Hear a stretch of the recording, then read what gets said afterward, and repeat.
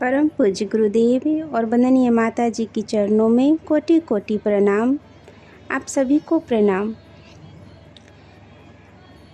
आइए आज हम सभी जानते हैं दुख का कारण। दुख का कारण पाप ही नहीं है, और भी बहुत सारे कारण हैं। आइए आज हम सभी जानते हैं। आम तौर से दुख को नापसंद किया जाता है।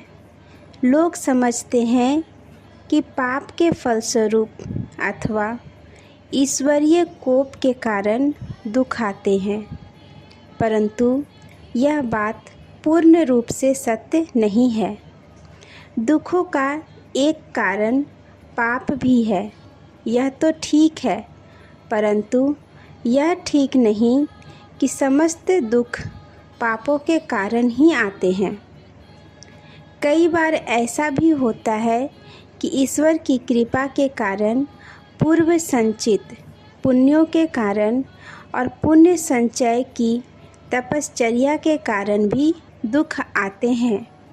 भगवान को किसी प्राणी पर दया करके उसे अपनी शरण लेना होता है, कल्याण के पथ की ओर ले जाना होता है, तो उसे भव बंधन से, कुप्रवृत्तियों से छुड़ाने के लिए ऐसे दुखदायक अवसर उत्पन्न करते हैं, जिनकी ठोकर खाकर मनुष्य अपनी भूल समझ जाए, निद्रा को छोड़कर सावधान हो जाए। सांसारिक मोह, ममता और विषय वासना का चस्का ऐसा लुभावना होता है कि उन्हें साधारण इच्छा होने से छोड़ा नहीं जा सकता। एक हल्का सा विचार आता है कि जीवन जैसी अमूल्य वस्तु का उपयोग किसी श्रेष्ठ काम में करना चाहिए, परंतु दूसरे ही क्षण ऐसी लुभावनी परिस्थितियां सामने आ जाती है, जिनके कारण वह हल्का विचार उड़ जाता है और मनुष्य जहाँ का तहाँ उसी तुच्छ परिस्थिति में पड़ा रहता है। और मनुष्य इस प्रकार की कीचड़ में से निकालने के लिए भगवान अपने भक्त में झटका मारते हैं। सोते हुए को जगाने के लिए बड़े ज़ोर से झकझोरते हैं। यह झटका और झकझोरना हमें दुख जैसा प्रतीत होता है। मृत्यु के समीप तक ले जाने वाली बीमारी, परम प्रिय स्वजनों की मृत्यु, असाधारण घटना, दुर्घटना, विश्वसनीय मित्रों द्वारा अपमान या विश्वासघात जैसी दिल को चोट पहुंचाने वाली घटनाएं इसलिए भी आती हैं कि उनके ज़बरदस्त झटके के आघात से मनुष्य तिलमिला जाए और सहज होकर अपनी भूल सुधार ले, गलत रास्ते को छोड़कर सही मार्ग पर आ जाए। पूर्व संचित शुभ संस्कारों के कारण इसलिए दुख आते हैं कि शुभ संस्कार एक सच्चे चौकीदार के भांति उस मनुष्य को उत्तम मार्ग पर ले जाना चाहते हैं, परंतु पाप की ओर उसकी प्रवृत्ति बढ़ती है, तो वे शुभ संस्कार इसे अपने ऊपर आक्रमण समझते हैं और इससे बचाव करने के लिए पूरा प्रयत्न करते हैं। कोई आदमी पाप कर्म करने जाता है, परंतु रास्ते में ऐसा विघ्न उपस्थित हो जाता है कि उसके कारण उस कार्य में सफलता नहीं मिलती। वह पाप होते होते बच जाता है। चोरी करने के लिए यदि रास्ते में पैर टूट जाए और दुष्कर्म पूरा ना हो सके, तो समझना चाहिए कि पूर्व संचित शुभ संस्कार के कारण, पुण्य फल के कारण ऐसा हुआ है। धर्म कर्म करने में, कर्तव्य धर्म का पालन करने में असाधारण कष्ट सहना पड़ता है, अभावों का सामना करना होता है। इसके अतिरिक्त दुष्टात्मा लोग अपने पापपूर्ण स्वार्थों पर आघात होता देखकर उस धर्म सेवा के विरुद्ध हो जाते हैं और नाना प्रकार की यातनाएं देते हैं।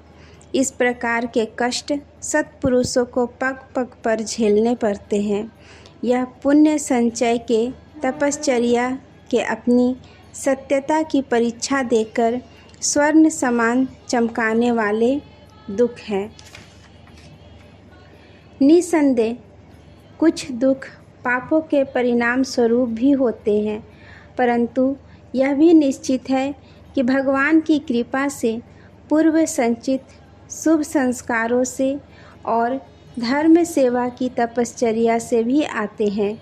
इसी प्रकार जब अपने ऊपर कोई विपत्ति आए तो केवल यह नहीं सोचना चाहिए कि हम पापी हैं, अभागे हैं, ईश्वर के कोप भाजन हैं।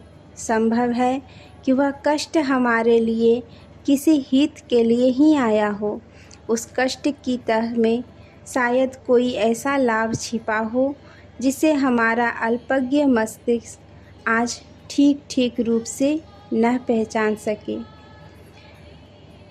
दूसरे लोग अनीति और अत्याचार करके किसी निर्दोष व्यक्ति को सता सकते हैं। शोषण, उत्पीड़ित और अन्याय का शिकार कोई व्यक्ति दुख पा सकता है। अत्याचारी को भविष्य में उसका दंड मिलेगा, पर इस समय तो निर्दोष को ही कष्ट सहना पड़ा। ऐसी घटनाओं में उस दुख पाने वाले व्यक्ति के कर्मों का फल नहीं कहा जा सकता। विद्या पढ़ने में विद्यार्थी को काफ़ी कष्ट उठाना पड़ता है।